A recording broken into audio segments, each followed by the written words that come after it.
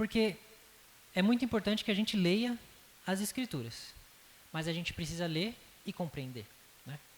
E existem meios, técnicas, que não substituem a ação do Espírito Santo, mas que auxiliam a gente a ler e interpretar aquilo que a gente está lendo. E por isso eu decidi trazer uma aula sobre hermenêutica, uma breve introdução sobre hermenêutica. Então hoje, o principal ponto a ser tratado aqui é como eu leio a Bíblia. Nós passamos aqui de Gênesis até, a gente não lê os profetas especificamente, mas podemos dizer até Malaquias, ou se for mais ao pé da letra, até 2 Crônicas. E nós vimos toda a história do povo de Israel. Mas como é que nós podemos ler essa história de Israel e entender o que de fato aquilo está tentando ensinar para a gente? Qual a história que nós estamos entendendo ou tirando das Escrituras? Será que é uma história a partir do que me parece ou a partir do que o autor quis transmitir para a gente?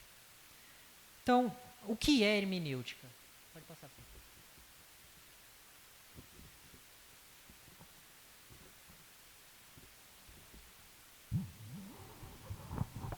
Aí. Esse foi o objetivo, pode passar mesmo. Passa mais um. A hermenêutica, ela é uma ciência. Por quê? Porque ela envolve regras, ela envolve princípios, ela envolve leis, ela envolve linguística, ela envolve análise e ela envolve certos métodos que nós precisamos seguir para poder corretamente interpretar o texto que foi escrito. Mas ela também é uma arte porque ela exige uma sensibilidade do leitor. Ela exige que nós entendamos que o texto não é uma simples psicografia, mas ela transmite sentimento, ela transmite figuras de linguagem, ela transmite as próprias noções do autor divinamente inspirado. E através da escrita desse autor, você consegue perceber muito sobre quem era o autor, qual era o estilo de vida dele. Então, não é apenas um resumo de técnicas, exige também uma certa sensibilidade para conseguir perceber o sentido do texto. E a gente entende que, quando a gente analisa o texto bíblico, a gente percebe que só ler não quer dizer que nós estamos entendendo. Nós podemos estar lendo todo o texto, nós podemos estar sendo capaz de repetir o texto e ainda assim tirar uma lição errada do texto, uma ideia errada do texto. E a hermenêutica, então, é uma ponte que nos transporta do mundo antigo, do contexto do autor original, para os nossos dias. Porque a Bíblia ela foi escrita por outras pessoas, em uma outra época, em uma outra cultura diferente, para outras pessoas que não vivem hoje, e inclusive foi escrita em outros idiomas. Alguns deles, alguns não. Um deles nem é falado mais. O hebraico ainda é falado, mas é de forma diferente, mas o grego ainda não é falado mais. O aramaico também, não se tem mais, creio eu, né? Não se tem mais utilização no aramaico. Então a hermenêutica ela serve como uma ponte, que vai permitir a gente atravessar essa distância que nós temos dos autores originais, sem distorcer a mensagem, sem distorcer aquilo que a própria Bíblia está dizendo. Por quê? Qual o problema de uma hermenêutica ruim? O que vocês acham?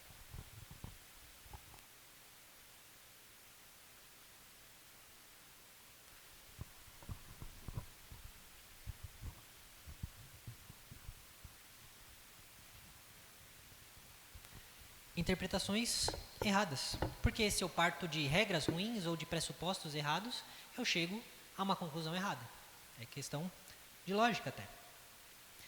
Então, antes de iniciarmos exatamente sobre a hermenêutica, pode passar, Fê, a gente precisa diferenciar hermenêutica de exegese. Às vezes a gente confunde as duas coisas, muitas pessoas confundem as duas coisas.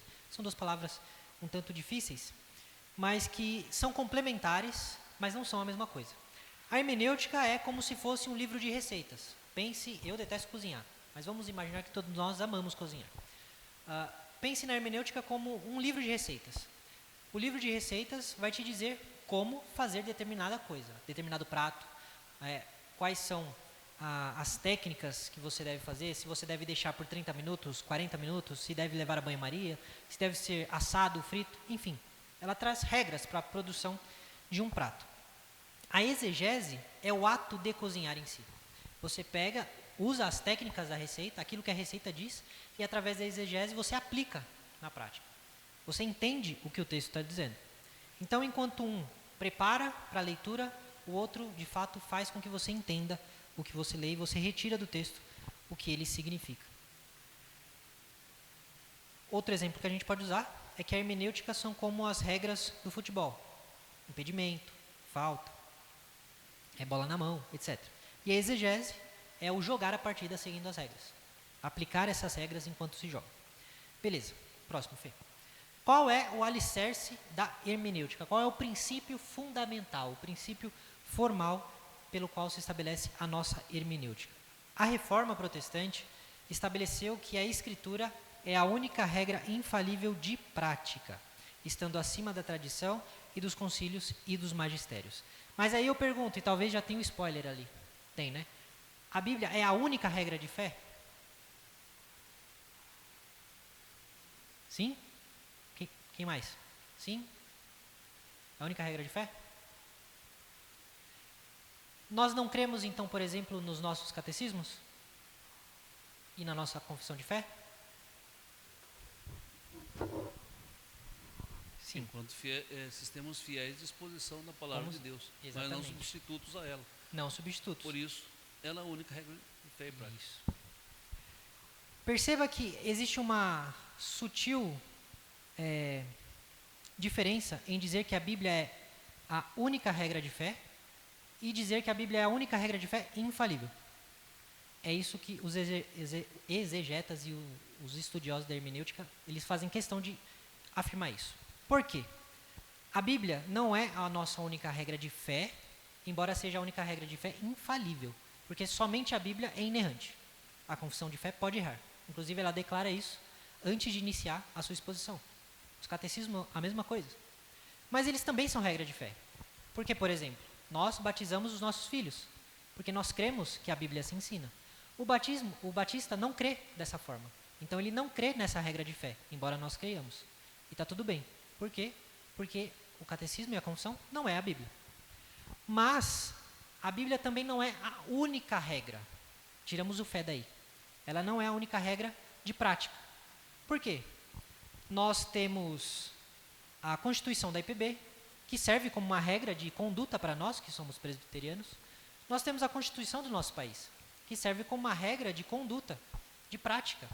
Nós temos, todas as empresas em quais nós trabalhamos, nós temos uma certa conduta que nós devemos ter. Se não expressa em um manual, em um documento, mas implicitamente ela é dita através dos donos da empresa. Então nós temos diversas regras de fé e diversas regras de prática. Mas é importante dizer que a Bíblia é a única que é infalível, é a única que é inerrante. É a única que, se você ler algo em qualquer outro lugar e for contrário ao que diz a Escritura, você deve descartar o restante e ficar com a Escritura. Essa é a grande diferença. Então não há contradição em, por exemplo, quando algum católico vier de dizer a Bíblia não é a única regra de fé. Você pode surpreendê-lo e dizer, realmente ela não é, mas é a única que é infalível. Ah, mas você só segue a Bíblia. Não, nós seguimos a nossa confissão de fé. Nós entendemos que a tradição da igreja ela é benéfica, desde que submetida pelas Escrituras. Porque nenhum pai da igreja foi inspirado como foram os apóstolos. Certo? É importante fazer essa distinção. Uma dúvida, professor. O maior, ele não está acima do menor, né? Se, por exemplo, nós dizemos que em tudo que nós criamos, ele está expresso nos símbolos de fé, né? Porque os consideramos um fiel sistema de exposição doutrinária. Uhum. A Bíblia, que é maior do que os nossos símbolos de fé, né? Ela, por ser maior dos nossos símbolos de fé, então ela não merece esse título de a única regra de fé e prática? Ela merece, só que não é. Essa é a única questão. Acaba que na prática ela não é. Nós temos as nossas confissões, e de novo, eu fiz questão de trazer exemplos que não envolvem a fé, por exemplo, as leis do nosso país, a Constituição da própria igreja, que são sistemas de prática, não são de fé necessariamente, mas são regras de prática. Então, eu acho que não é errado dizer que a Bíblia é a nossa única regra de fé e prática, embora na prática eu entenda que não é bem assim. Por isso que eu trouxe essa diferença. Existem outras regras de fé e de prática, mas somente a Escritura é infalível. Sim, mas Se eu tiver que escolher entre um e outro, eu fico com a Escritura. existem enquanto subordinadas à Bíblia. Isso, exatamente. Que aí é onde entra o que os reformadores falaram sobre a diferença de norma normata e norma normanda. Tudo aquilo que é dito, ensinado, pregado, escrito, falado, doutrinado, que não esteja de acordo com a Escritura, não deve ser seguido como regra de fé nem de prática. Por exemplo, você pode ter uma lei na Constituição que ela seja uma lei que, se você praticá-la, você estará pecando. Então, ela não será sua regra de prática, embora seja uma, mas não será a sua, porque a Escritura é acima de todas as outras. Então, quando nós falamos que existem outras regras de fé e de prática, nenhuma delas se sobrepõe às Escrituras, todas se submetem, porque a Escritura, ela delimita ou ela regula as outras regras, é mais nesse ponto. Mas não vejo problema de dizer isso, é mais uma questão de que, por exemplo, muitas vezes, eu falo porque eu estou exposto na internet, muitas vezes vem argumentar usando esse argumento, e você não precisa ter medo de dizer não, de fato. A Bíblia não é a única regra de fé, mas ela é a única regra infalível. E aí, a pessoa que tem que provar que ela não é a única regra de fé infalível, ela não vai conseguir. Porque nenhuma outra regra de fé apresenta a mesma consistência que as Escrituras. A tradição não apresenta. Os documentos da igreja não apresentam. Você tem concílios que se contradizem. E em diversas denominações. Nossa história de igreja presbiteriana, há concílios que posteriormente revogaram decisões anteriores. Isso acontece, porque é sujeito ao erro. As Escrituras não. Nada na Escritura é sujeito ao erro. Assim, o meu cuidado é só a partir do momento que a gente afirmar, de fato, ela não é a nossa única regra de fé. Parece que a gente empobrece um pouco a questão da Bíblia, né? Então, por exemplo, eu acho que o nosso cuidado ao responder a alguém que nos questionasse poderia ser, olha, ela é a nossa única regra infalível de fé e prática. A definição mais completa do que a Bíblia, e isso você colocou muito bem esse ponto de infalibilidade, né? Mas vocês não têm apego a símbolos de fé? Sim, desde que eles estejam subordinados à Bíblia, né? Tanto é que foram elaborados por concílios, e os próprios concílios muitas vezes revisam ou aprofundam alguns dos termos que estão ali. Tem cartas pastorais, por exemplo, que o Supremo Concílio fez a partir do entendimento das Escrituras. Não é uma nova confissão de fé, mas é um entendimento, digamos, atualizado, contextualizado de determinado ponto. Isso. Outro exemplo que eu queria dar, que ajuda a gente a entender isso, são os livros. Hoje a gente está acostumado a livros, né? Na era medieval, não existiam tantos livros assim acessíveis. Por exemplo, nós temos os exemplos dos apócrifos, que até a Bíblia do King James, 1600 e pouquinho, eles ainda eram impressos nas Bíblias protestantes também. Por quê? Porque eles eram tidos não como revelação, mas como leitura. Assim como nós temos livros John Piper, Nicodemos, R.C. Sproul e tantos outros. Então, você consegue tirar coisas úteis desses livros? Consegue, obviamente consegue. Você consegue tirar aprendizados? Há coisas ali que te ensinam a entender melhor o texto bíblico? Pode ser que sim. Isso não significa que eles são, de novo, infalíveis. Não significa que você vai basear a sua fé naquilo. Outro cuidado importante que o pastor falou, e é importante porque me lembrou agora, quando nós dizemos que a Bíblia não é a nossa única regra de fé, é importante dizer que nós não seguimos outras fés, outros tipos de fé. Isso é importantíssimo dizer. Nós seguimos uma única fé, que é a fé apostólica. A fé deixada por Jesus, que foi pregada dos apóstolos. É importante esclarecer isso. Certo? Alguma dúvida? Não? Tá. Passando para o próximo, nós temos a Bíblia como única regra de fé infalível, de fé e prática infalível. Então, se ela é a nossa única regra de fé e prática infalível, ela é quem regula toda a nossa interpretação dela própria. Porque se eu sou capaz de cometer um erro ao ler as Escrituras e se eu sou capaz de tirar conclusões precipitadas, que me garante que eu vou acertar em tudo que eu retirar das Escrituras? Nada me garante. O que me garante que outras pessoas, tudo que eles falarem sobre as Escrituras, vai estar correto? Pode ser que a pessoa passe a vida inteira pregando só corretamente, mas o que garante? Nada, porque ninguém é infalível. Por isso que a Escritura é a sua própria intérprete. Quando dizemos que a Bíblia interpreta a si mesma, é porque a Escritura é a única autoridade infalível para interpretar algo que também é infalível. Mas não é cíclico isso? Não, porque se nós temos algo que é infalível, não tem como alguém que é falível tirar sempre as lições infalíveis da Bíblia. Então, a regra para entendermos o que o texto está dizendo é buscarmos clareza nas Escrituras. Como assim? Existem passagens que são difíceis, existem passagens que são complicadas de explicar. Existem passagens que nenhum de nós sabe ao certo o que elas significam. Uma delas é aquela em que Pedro diz que Jesus desceu ao Hades, né? Inclusive ela é incluída no credo apostólico bem posteriormente, mas essa é uma frase que mais atrapalha do que ajuda. Algumas igrejas não usam essa expressão desceu ao Hades por conta disso, porque é um texto de difícil interpretação. Alguns vão dizer que Jesus desceu ao inferno, alguns vão dizer que Jesus só desceu ao túmulo, alguns vão dizer que Jesus foi e tirou a chave da mão do diabo nesse momento. Existem diversas interpretações, são textos difíceis. Como nós entendemos textos difíceis? A partir de textos fáceis. Não estou dizendo que tem um texto fácil para esse, porque esse é um daqueles que não tem um texto fácil para esse. Mas existem outros exemplos em que os textos mais claros vão ajudar a interpretar os textos mais difíceis.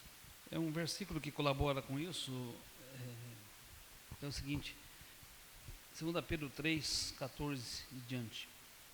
Por esta razão, pois amados, esperando estas coisas, empenhai-vos por serdes achados por ele em paz, sem mácula e irrepreensíveis. E tende por salvação a longanimidade do nosso Senhor, como igualmente o nosso amado irmão Paulo vos escreveu, segundo a sabedoria que lhe foi dada, ao falar acerca destes assuntos, como de fato costuma fazer em todas as suas epístolas, nas quais há certas coisas difíceis de entender, que os ignorantes e instáveis deturpam, como também deturpam as demais escrituras para a própria destruição deles.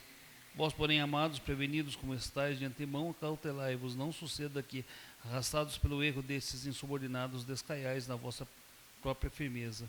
Antes crescer na graça e no conhecimento do nosso Senhor e Salvador, Jesus Cristo. O próprio Pedro disse que há em Paulo coisas difíceis, né, que muitos deturpam sem razão, porque deturpam em função da sua insubordinação, né, não pelo fato de serem impossíveis de entender. Agora, há textos, como o irmão citou, que de fato trazem essa dificuldade, né, como desceu ao Hades, por exemplo, não parece haver consenso. A própria questão do milênio, né, é uma questão que não há consenso, né, pré-milenismo, milenismo, pós-milenismo. Então, há textos que sustentariam essas três posições, né? A Bíblia tem alguns textos assim. No slide, na letra miúda, está dizendo que nós jamais ou nunca devemos usar um versículo obscuro, um texto difícil, para contradizer um dogma ou uma doutrina clara. O que quer dizer? Jamais podemos pegar um texto que é de difícil interpretação para contrapor ele a um texto que é claro. Vou dar um exemplo para ficar claro, pode passar, filho. Abram a Bíblia em Efésios 2. Se bem que está ali, né? Acho que nem precisa. Efésios 2, 8 a 9. O que diz aí? Porque pela graça vocês são salvos. Mediante o quê? A fé. E isto não vem de vocês, é dom de Deus. Não de obras, para que ninguém se glorie. Resta alguma dúvida? Está difícil de entender? O apóstolo Paulo é claro, é didático, é direto, e diz que a salvação é pela graça, por meio da fé. E ele faz questão de enfatizar que não é por obras, para que ninguém se glorie. Então, o ensino é simples, é fácil. Mas vamos pegar um texto difícil agora. Tiago 2, 24 vai dizer o quê? Assim vocês percebem que uma pessoa é justificada pelas obras e não somente pela fé. Espera aí. A gente acabou de ler outra coisa. E agora a gente leu algo que parece estar completamente diferente do que a gente leu. O que nós fazemos? O erro é pegar Tiago e botar ele no ringue contra Paulo. Primeiro que Tiago está em desvantagem, porque ele só tem uma carta. Paulo tem várias cartas e ele repete esse argumento com outras palavras em praticamente todas as suas cartas. Então, nós não podemos pegar um texto isolado e usar esse texto para combater os outros textos ou para dizer que os outros textos estão errados. Na verdade, nós precisamos entender o texto difícil ou o texto que parece contradizer tantos outros à luz desses tantos outros. Primeira regra de interpretação: a Bíblia não se contradiz. Ponto. Por que a Bíblia não se contradiz? Porque quem escreveu através dos escritores foi o próprio Deus. Então ela não pode se contradizer. Ela não pode mentir, ela não pode enganar. Se Paulo diz que não é por obras, e nós temos Romanos e Gálatas cheios de frases e ensinamentos do próprio apóstolo Paulo para afirmar isso, assim como Efésios, então Tiago não pode estar dizendo que a salvação é por obras. Porque se os dois estão dizendo coisas opostas, alguém está mentindo. Alguém está errado. E como é que a gente vai dizer que um apóstolo inspirado estaria ensinando algo errado? Sendo que eles eram infalíveis nos seus ensinos. Sendo que os seus escritos eram infalíveis. Então o que nós temos que fazer? A luz maior. Qual é a luz maior nesse caso? Quem tem mais material escrito? O apóstolo Paulo. Se ele tem mais material escrito, nós precisamos procurar em Paulo e depois irmos a Tiago e entender por que Tiago escreveu algo diferente. Aí é onde entra o contexto.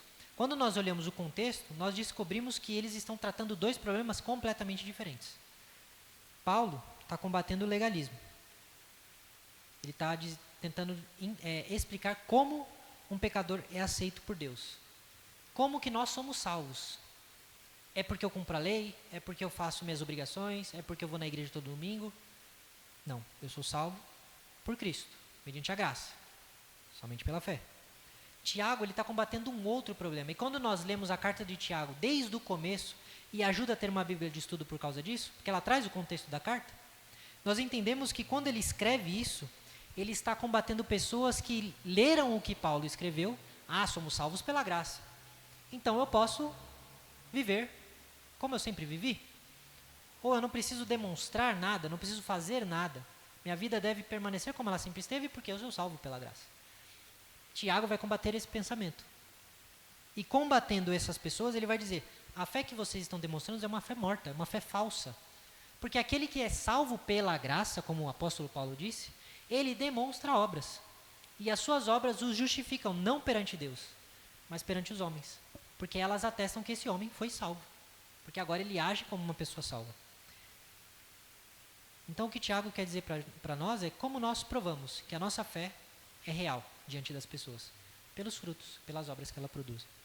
Então percebe que eles não estão guerreando contra si. Tiago não escreveu porque ele precisava combater um ensino errado do apóstolo Paulo. Mas porque ele precisava combater um entendimento errado sobre aquilo que o apóstolo Paulo escreveu. Pode passar, Fih. É uma outra coisa que o próprio Tiago, na sua própria carta, né, ele traz o conceito de salvação pela fé. Né? Por exemplo, o versículo 18. Pois, segundo o seu querer, ele nos gerou pela palavra da verdade para que fôssemos como primícias das suas criaturas. Então, não está dizendo que nós nos autogeramos como seus filhos por causa das obras. Não, ele nos gerou, né? Deus nos fez novas criaturas. Agora, novas criaturas devem viver com novas criaturas, e é o que ele argumenta no decorrer da carta. Né? Não tem pensamento mais contra a lógica do que falar que alguém se converteu ou se transformou e permaneceu o mesmo. O que se transforma não permanece o mesmo. É contrassenso, é ilógico. Então isso é impossível. Pode passar, Fê. A hermenêutica vai nos levar a uma frase de um teólogo, não sei se os irmãos conhecem, pode passar mais um. Ele até que é famoso, chama João Calvino. Ele disse que é somente a fé que justifica, mas a fé que justifica não está sozinha, ela não vem sozinha. E ele vai escrever isso justamente num comentário contra o Concílio de Trento, certo? Então, sem hermenêutica, nós teríamos duas religiões diferentes se nós pegássemos só esses dois textos. Uma onde a justificação é pela obra, outra onde a justificação é pela graça. Com a hermenêutica, nós entendemos que Paulo fala da raiz da salvação e Tiago fala do fruto da salvação. É assim que nós harmonizamos as Escrituras. Isso é um trabalho hermenêutico, procurando no contexto do autor entender por que ele escreveu o que escreveu. Quando nós entendemos por quê, qual a motivação dele escrever, aí fica claro que eles nem se contradisseram, nem estavam falando a mesma coisa. Na verdade, um estava complementando o ensinamento do outro. Pode passar, filho. Certo. E qual era o método hermenêutico da escolástica medieval? Como a igreja interpretava as escrituras antes da reforma? Na Idade Média, era utilizado um método chamado quadriga. Ele era basicamente um método de 4 sentidos. Você tinha um sentido literal, alegórico, moral e anagógico. E eles faziam com que a Bíblia dissesse o que eles quisessem dizer. Porque você repartia o significado dela em 4. E através desses 4 significados, você conseguia achar qualquer coisa nas Escrituras.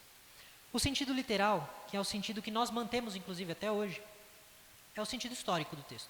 O que o texto está dizendo? O que você acabou de ler? Qual é o sentido básico? O que a gramática está dizendo? O que aconteceu ali? Nós podemos pegar um exemplo aqui para comparar nos quatro tipos aí. Vamos pegar a cidade de Jerusalém. Quando nós entendemos no primeiro sentido literal, nós entendemos que Jerusalém é uma cidade, lá na Palestina, capital dos judeus, etc, etc. Esse é o sentido literal, nada além disso. Nós temos o sentido alegórico, que é o sentido espiritual, e aqui é onde as coisas mais malucas começaram a surgir. É o sentido que tenta apontar para Cristo ou para a igreja. Só que, além dele dizer o que nós devemos crer para tentar apontar para Cristo, é como se eu pegasse o exemplo que eu citei, Jerusalém, e tentasse dizer assim, o que é Jerusalém nesse texto? O texto não precisa estar falando disso, mas quando eu leio Jerusalém, toda vez que eu leio Jerusalém, eu falo, aqui é a igreja, ou aqui é a noiva de Cristo. Ou aqui, Davi, ele não é só um rei, ele é o próprio Jesus nessa história. Então eu começo a espiritualizar o texto, independente se é um texto poético, se é uma narrativa, se é uma profecia, não importa. Eu começo a alegorizar o texto. Depois eu tenho o sentido moral. Ele transforma a história numa lição ética, numa lição de moral, numa aplicação prática ou num princípio de um comportamento a ser seguido. Quando eu leio Jerusalém, eu entendo que Jerusalém representa a alma humana. Então, quando Jerusalém está em paz, significa que a alma está em comunhão com Deus. Quando Jerusalém está em guerra, significa que a alma está contaminada pelo pecado e distante de Deus. Começa a perceber que o sentido ele vai começando a esticar. E eu começo a poder tirar diversas coisas do único texto, de uma única palavra. Percebe? Eu não respeito mais o sentido do texto, mas eu começo a trazer vários sentidos a ele. E o último é o anagógico. Ele é o sentido que aponta para o futuro. Anagogue significa conduzir para cima, então é algo escatológico, algo para frente, algo futurista. É como se eu pegasse Jerusalém, entendesse que ela representa o céu, inclusive usasse a figura de Nova Jerusalém lá em Apocalipse 21, que lá é isso, mas aí eu transportasse significado lá, sei lá, para os Salmos. E quando eu lesse Jerusalém, eu entendesse isso. E não importa se é os Salmos, se é Apocalipse, se é Êxodo, se é Crônicas, eu começo a trazer significados que fazem sentido para mim e não para o texto. Vamos fazer uma... Pode passar, Fê. Vamos fazer uma atividadezinha básica antes de continuar aqui. Todos conhecem a história do Bom Samaritano? Todos conhecem, certo? Um viajante judeu que é assaltado e é deixado quase morto numa rota, né? E aí líderes religiosos passam por esse homem, alguns até passam longe, porque ele é samaritano, e o judeu não se dá com o samaritano. Alguns vão dizer hoje em dia que é como se um esquerdista estivesse na calçada perto de uma igreja, né?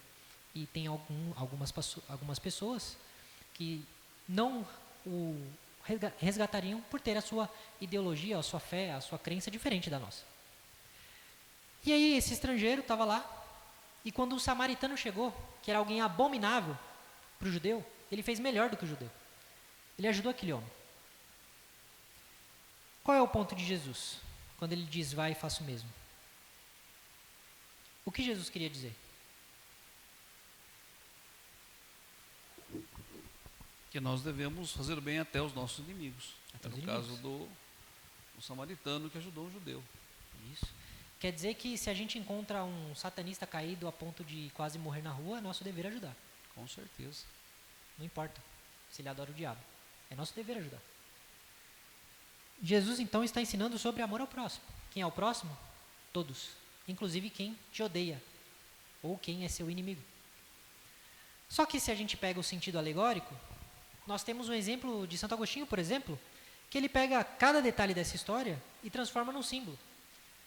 E assim, Agostinho era um homem assim de um intelecto muito acima da média. Mas olha só o que ele fazia. Ele dizia que o homem é Adão. A humanidade caída em Adão. Descer a Jerusalém, de Jerusalém para Jericó, é justamente a queda. Foi a queda de Adão. Os salteadores são o próprio diabo e os seus demônios.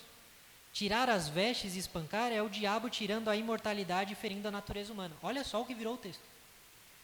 O sacerdote e levita, eles são a antiga lei, segundo Agostinho. E os profetas, né, que não podiam salvar. Igual Paulo vai falar na sua carta aos Romanos. O samaritano é Jesus, o estrangeiro celestial que vem para salvar. O óleo e o vinho são os sacramentos. E o animal, que é o burro de carga, é a carne de Cristo, que carrega os nossos pecados. Que bagunça que ficou, né? E olha, de um homem respeitável, né? Respeitável como é Agostinho. Um grande homem de Deus que trouxe diversas contribuições, inclusive para a nossa fé. Mas olha que doideira que virou o texto. Até que ficou interessante. Ficou interessante. Uma das coisas que me lembro de ter aprendido sobre a alegoria é que só são permitidas aquelas que a Bíblia mesmo emprega. Por exemplo, quando a Bíblia fala sobre o sistema sacerdotal apontando para Cristo, né? Então ali existe uma correlação. Quando fala do sacrifício, quando fala da serpente que foi levantada, então são correlações bíblicas, Jesus, não né? aquelas que são fruto da imaginação humana. Mas se você for para o método de interpretação alegórica, né, você vai ver sermões, por exemplo, dizendo que, olha, Zaqueu desceu da árvore, desça do orgulho, desça da arrogância, né, desça do egocentrismo e por aí vai. Isso não quer dizer que a Bíblia não dê para você tirar lições práticas de todas essas coisas. Mas nós não estamos autorizados a alegorizar tudo aquilo que lemos. Nós temos pregações assim até hoje. Inclusive, as igrejas que mais enchem são de pessoas que interpretam a Bíblia dessa forma. Eu cansei de ver pregações onde o pregador grita e fala alto e soa, e as pessoas caem e choram. Por quê? Porque ele está espiritualizando tudo. O terceiro sentido, que é o sentido moral, olha só, se a gente pega esse texto, seguindo exemplos dos próprios pais da igreja, eles interpretam a hospedaria como a igreja. Aí vem o pregador e diz assim para você, você, alma ferida, que deve ter caído pelo caminho, que foi assaltado pelo diabo, você tem que permanecer na igreja, na hospedaria, para ser curado. Porque enquanto você não estiver na igreja, que é a hospedaria, você não vai ser curado, você não vai ter tratamento. Porque Jesus, quando te traz no seu burrinho, ele te traz e te deixa na igreja, ele não te deixa jogado. Então você começa a perceber que a história fica interessante. A pregação pode ficar emocionante, pode até gerar uma palestra muito legal, mas não é o que o texto está dizendo. Por fim, como a gente interpretaria esse texto, ou como interpretaram, né, esse texto, usando o sentido anagógico? Pegaram o samaritano e usaria o exemplo dele para dizer assim, da forma como ele foi tirado, assim será no fim dos tempos. Ele vai ser tirado do meio das dores dele, para ser levado para Israel celestial. Olha que bonito. É mentira? Não. Mas é o que o texto está dizendo? Também não. Primeiro problema. Nós anulamos toda a mensagem que Jesus quis passar.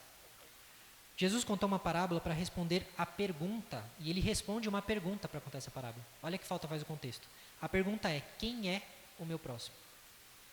Ele queria ensinar para as pessoas quem era o próximo. E ele usou a pessoa mais detestável para aquela cultura, naquela época. Que aquele era o próximo que ele deveria amar. Segundo problema, ela vai inverter os papéis. Na interpretação de Agostinho, nós somos o homem ferido, nós somos passivos, nós somos os que precisam de ajuda. Só que na intenção de Jesus, nós somos os que devem ir ajudar. Nós não somos o homem que está caído. Nós deveríamos ser o samaritano que ajuda. E o terceiro e último, ao tentar achar Jesus em cada detalhe, o pregador vai acabar transformando uma ordem prática, que é difícil você ajudar quem te odeia. É difícil você ajudar alguém que tem uma fé que é completamente hostil à sua. É difícil. E você troca isso para uma aula teórica sobre a história da salvação. E aí você permite com que a igreja saia cheia, espiritualizada e esperançosa, com o ensino que, o ensino em si é verdade, mas não transmite aquilo que o texto está dizendo. E sem querer você perverteu a mensagem do próprio texto, usando a própria verdade. Calvino chega ao ponto de chamar as alegorias de frívolas brincadeiras. Ele chama Agostinho de um brincalhão, quando ele diz isso. Olha só como ele brincava. Claro que, com respeito, Calvino era meio desbocado às vezes, não tanto quanto Lutero, mas ele respeitava Agostinho, mas ele percebia um erro grave nesse sentido, que começou com Orígenes, mas se popularizou com Agostinho. Beleza. E como se deu a ruptura com a Idade Média? Pode passar, Fê. Nós aprendemos e entendemos que há um sentido no texto. Por quê? Os reformadores, todos eles, entenderam que o sentido do texto, aquilo que eu devo buscar, a lição que eu devo tirar, é aquele que o autor pretendeu escrever quando escreveu. Pergunta, seu Francisco, quando o senhor escreve uma carta, aquilo que o senhor escreve é aquilo que o senhor quer que entendam quando lê a carta que o senhor escreveu, certo? Outro exemplo, quando eu peço para o senhor, pastor Gerson, peço não, quando o senhor escreve, vamos supor que você vai fazer um pedido no Marcon, vai fazer um pedido pelo WhatsApp. Quando você pede 2 kg de carne, patinho, você espera o quê? 2 kg de carne, patinho, certo? Você não espera 2 kg de contrafilé. Você não espera, o 2 quilos aqui é uma analogia para quantas gramas, na verdade, ele quer de queijo. Não é isso. Então, a intenção do autor é o foco da nossa busca. O que ele disse? O que ele quis dizer? Que pergunta ele está respondendo? Para quem que ele está escrevendo? Então, dizer que nós vamos atrás do texto literal não quer dizer que nós estamos sendo literalistas. Significa que nós estamos considerando o gênero, estamos considerando se é poesia, se é histórico, se é profecia. Tudo isso precisa ser considerado. Porque eu não posso pegar o relato lá de Apocalipse e dizer que Deus tem os pés polidos como bronze e achar que quando Jesus voltar, o pé dele vai ser cor de bronze e ele vai estar polindo o pé que brilha. Ou achar que Jesus vai tirar uma espada da sua boca, igual tem mágico que faz na internet, né, que tira uma espada da boca. Não é isso que o texto está dizendo. Isso são símbolos, porque é uma literatura escatológica, profética, apocalipse. Agora, é diferente de eu pegar um texto histórico, como é Êxodo, e querer tirar uma analogia de Êxodo. A não ser que o texto traga essa analogia, como o exemplo que o pastor citou, da serpente de bronze. O próprio Jesus faz essa ponte. Se Jesus fez, nós podemos fazer? Ou Jesus errou? Lógico que não. Então, se ele fez, eu faço também. Se ele não fez, pode até me lembrar, mas eu não sei se é verdade, então eu fico quieto. Então, nós precisamos ir atrás do sentido gramatical, que é a análise das palavras, sintaxe, estrutura do texto, porque a ordem das palavras alteram o produto. O contexto é importante, quando foi escrito, quem escreveu, para quem escreveu, por que escreveu, e o histórico, entender o cenário daquela época, o cenário geográfico, enfim, tudo isso vai afetar o sentido do texto. Até aqui tudo bem, gente? Tudo certo? Tranquilo? Está acabando, prometo. Beleza. Próximo, vê. Qual é a nossa lente? Vamos entrar de fato na técnica. A gente já viu por cima como é a nossa hermenêutica. Primeira coisa que nós precisamos entender quando lemos as Escrituras é que uma das bases da hermenêutica reformada é que a Escritura conta uma história. sobre um personagem principal. E é a história da redenção, onde o personagem principal é Jesus Cristo. Nós vemos a Bíblia como uma unidade orgânica, e ela é focada em Jesus. Não há outras histórias sendo contadas.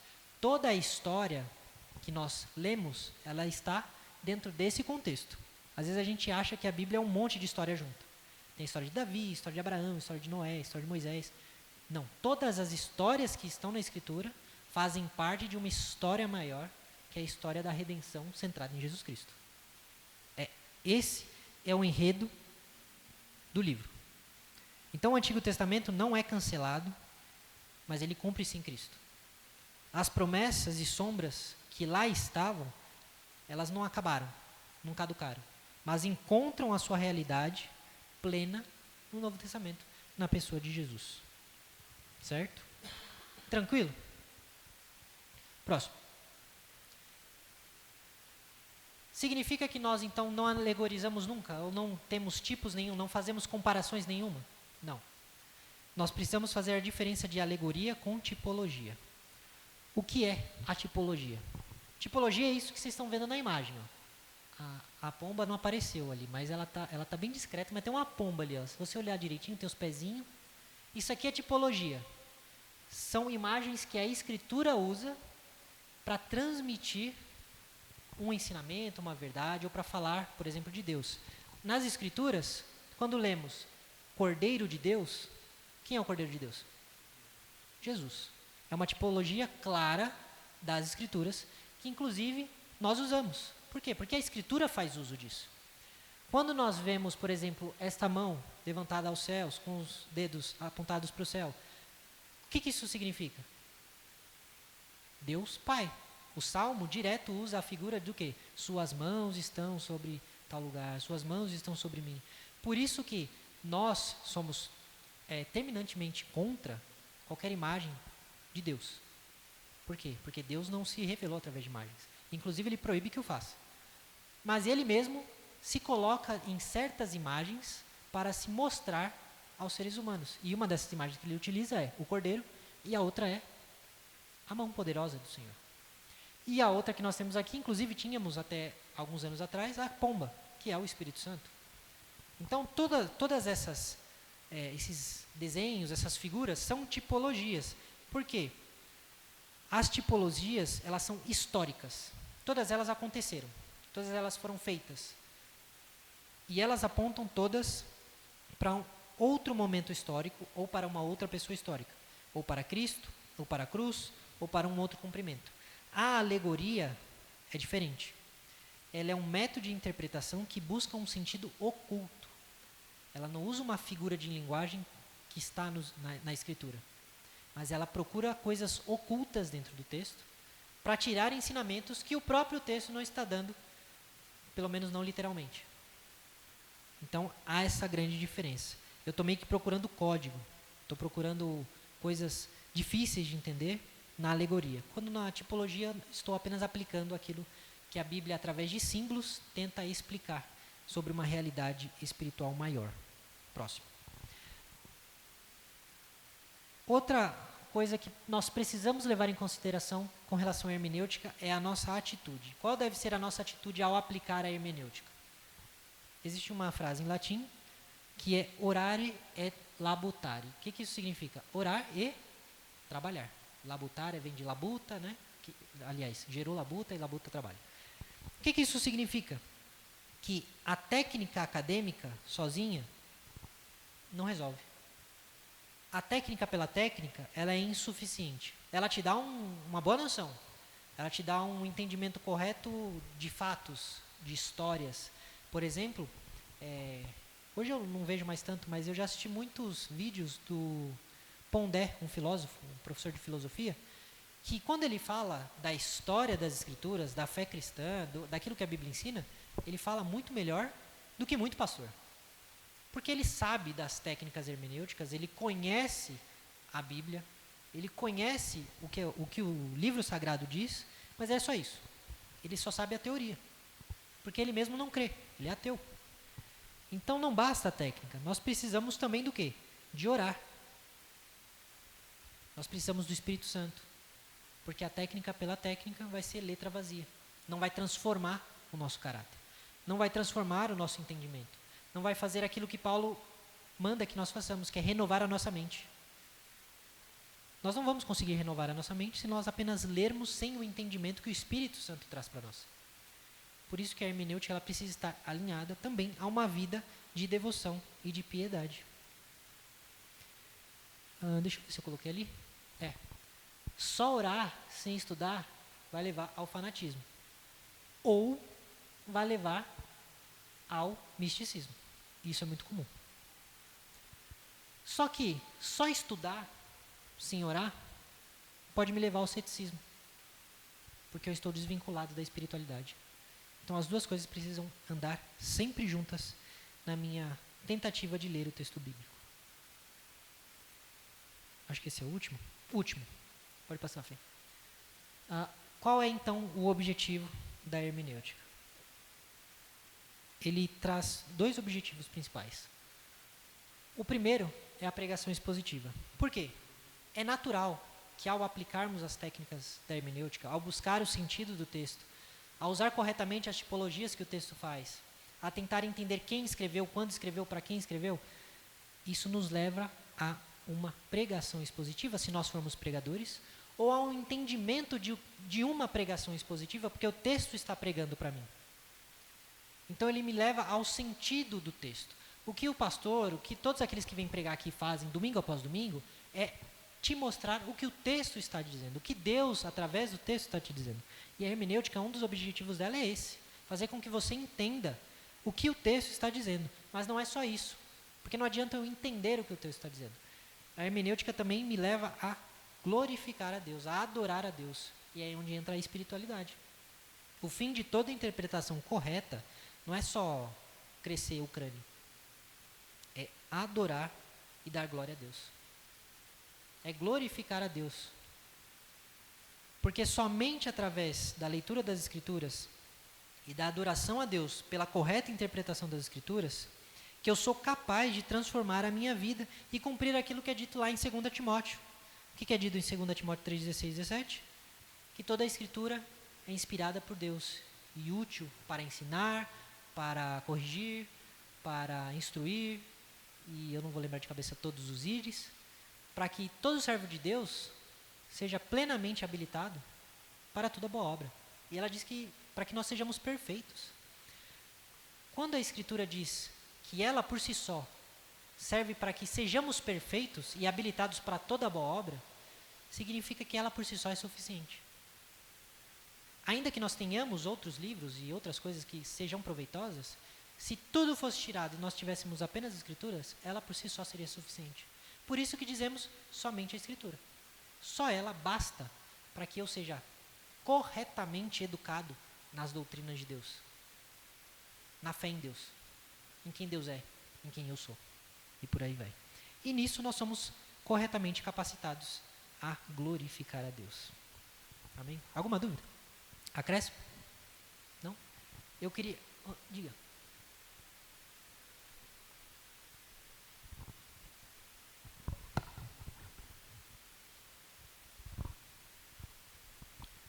Só uma pequena colocação. O irmão, com toda boa intenção, em relação à regra de fé e prática, vemos uma tensão nessa questão. Se há outras regras de fé e prática, fere a sola Escritura, na minha ótica. E se nós pegarmos uma analogia, basta nós observarmos um mapa ou um GPS. Se nós pegarmos a Bíblia, ela é perfeita e é infalível. Então, se nós temos ela como mapa, ela levará nós ao caminho correto. Um mapa similar, por exemplo, alguém vai no Rio de Janeiro com um GPS, o GPS leva ele para um local lá perigoso, e nós já sabemos que isso acontece. Pessoas morrem que acabam entrando através do GPS desse mapa num lugar que não deveria ir.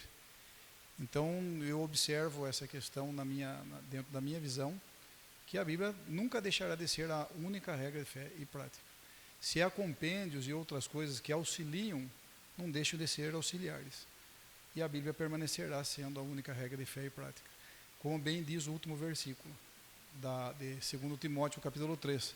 Toda a Escritura é inspirada. Ali encerrou tudo, na minha visão. Então, ainda que entendamos com o irmão de maneira bem sutil e numa linha tão tênue, trouxe essa questão de que há outras situações que podem ser consideradas de fé e prática. Se nós observarmos assim, nós estamos entrando dentro daquilo que o romanismo diz, né? Porque eles não creem que a Bíblia é a única regra de fé e prática. Então eles trazem outras situações como o magistério e a interpretação da Bíblia. Então é apenas uma colocação de uma visão pessoal minha, mas eu entendi bem onde o irmão queria chegar, onde bem colocou a questão da infalibilidade da Escritura. No entanto, nós como reformados temos conhecimento ao ouvirmos isso, mas uma pessoa que tem pouco conhecimento, se ela ouvir isso, realmente vai causar dúvidas, porque, por exemplo, a Bíblia sendo a única regra de fé e prática, nós sabemos que é a fé salvadora. Então não é uma outra fé, porque existem vários tipos de fé. Até os demônios têm fé, porque eles creem e tremem. E prática é só a prática que a Bíblia disse, né? Então a gente não pode fazer uma exegese daquilo que a Bíblia diz para nós praticarmos, senão nós seria um antinomismo, né? Então nós observamos que aquela prática é de acordo com a palavra de Deus, de acordo com as Sagradas Escrituras. Então por isso que essa observação e essa colocação que eu estou fazendo não é nenhum posicionamento contrário, mas sim uma posição de uma visão que eu tenho, e só nessa sensibilidade de promulgar isso para outras pessoas que têm um entendimento menor, vamos dizer assim. E era isso que eu queria participar e colocar só nessa questão, nesse momento. Maravilha. Eu penso que é preciso ter todo cuidado, como o irmão falou, e eu trouxe essa questão por conta do contexto, né, de ser um estudo bíblico e querer aprofundar a questão, mas eu entendo, e o cuidado é oportuno e é necessário, porque, como eu disse acho que no começo, o pastor me lembrou, nós não podemos cair no erro de achar que nós cremos em diversas fés diferentes. Não sei nem se tem plural de fé, eu acho que não tem, né? Mas nós não cremos em diversos tipos de fé. Só existe uma fé. Paulo vai dizer, é uma fé, um só batismo, um só Senhor, né? Um só Deus. E o irmão está corretíssimo nisso. Por isso que eu acho que é mais prudente, no princípio, dizer justamente isso. Inclusive, se estivermos evangelizando uma pessoa, que a Bíblia é a nossa única regra de fé e prática. E eu acrescentaria o infalível, porque de fato é infalível, né? E é mais seguro permanecer como a Bíblia sendo a nossa única regra de fé, ainda que, existem pessoas que, por exemplo, usam isso para descartar todos os outros ensinos humanos.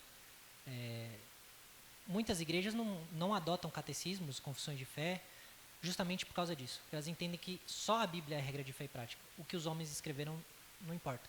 E eles transformam sola escritura em nuda escritura, que só vale o que a Bíblia diz, o que os homens dizem não importa. Se está na Bíblia é indiferente, já está na Bíblia, então não preciso. Foi mais por conta dessa questão, né? Porque tem gente que descarta tudo também, porque de fato a Bíblia é a única regra de fé e prática infalível, e como eu disse, se tudo fosse tirado e tivéssemos só a Bíblia, seria o suficiente, não precisaríamos de mais nada. Mas foi ótima a observação do irmão. Perfeito. Eu queria finalizar só com um desafio para os irmãos. Eu pus o texto aí? Passa aí, Fê. Deixa eu ver se eu pus. Passa o próximo, não vai dar tempo de ver os dois. Esse texto aqui, ó. 1 Coríntios 2:9. Como está escrito, nem olhos viram, nem ouvidos ouviram, nem jamais penetrou em coração humano o que Deus tem preparado para aqueles que o amam. O que esse texto está dizendo? Não vale repetir o que está escrito.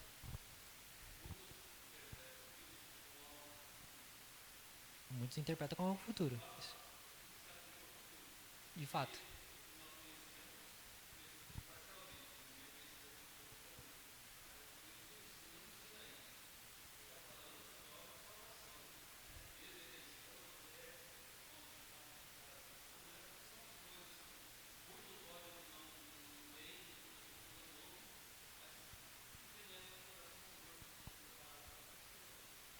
Vamos tentar aplicar o que a gente viu aqui hoje.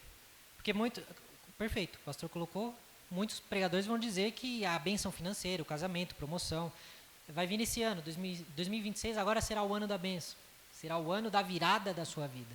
Porque aquilo que olhos não viram, ouvidos não ouviram, vai ser o que vai acontecer na sua vida esse ano. Aquilo que você nunca viu, que você nunca ouviu, é o que Deus vai fazer na sua vida esse ano. Essa é a mensagem que muitos pregadores trazem. Só que se a gente aplica o que a gente viu, primeiro, precisamos ler o contexto. O que diz no versículo 10? Acha alguém aí para mim o versículo 10. E lê em voz alta, por favor.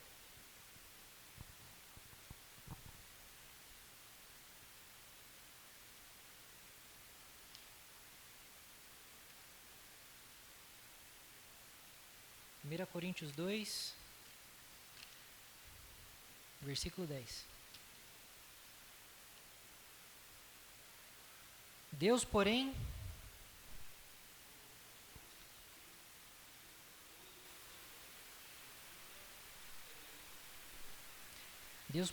revelou isso a nós por meio do Espírito. Que engraçado, Paulo falou no versículo anterior que nem olhos viram, nem ouvidos ouviram. Agora, se a gente lesse um pouquinho mais, a gente veria que olhos viram, porque Deus revelou. Então não é algo que está oculto, não é algo que vai acontecer que você não ficou sabendo. Paulo está falando de algo que Deus já revelou. Então ele não pode estar falando de uma surpresa futura. Ele não pode estar falando de uma expectativa que você tem e que de repente vai vir agora. Agora vamos aplicar a regra do contexto histórico. Quem são os cegos? Quem são os que não ouviram? Quem são os que não viram? Vamos ler os versículos 6 a 8. No entanto, transmitimos sabedoria entre os que são maduros, não, porém, a sabedoria neste mundo, nem a dos poderosos dessa época, que são reduzidos a nada. Pelo contrário, transmitimos a sabedoria de Deus em mistério, a sabedoria que estava oculta e que Deus predeterminou desde a eternidade para a nossa glória. Nenhum dos poderosos deste mundo conheceu essa sabedoria, porque, se a tivessem conhecido, jamais teriam crucificado o Senhor da glória. E aí ele vai dizer, nem olhos viram, nem ouvidos ouviram. Então Paulo está falando contra uma sabedoria deste mundo. E os príncipes destes séculos. Quem eram os príncipes desses séculos? Filósofos, governantes romanos, líderes religiosos, todos que crucificaram e ia contra o ensino de Jesus Cristo. Quem não viu, quem não ouviu? Os ímpios. Aqueles que tiveram seus olhos e os seus ouvidos fechados para a mensagem da cruz. Aqueles que acharam loucura a mensagem do Evangelho. Então a sabedoria humana, a filosofia, a religião humana nunca conseguiu imaginar a salvação que trouxe Jesus.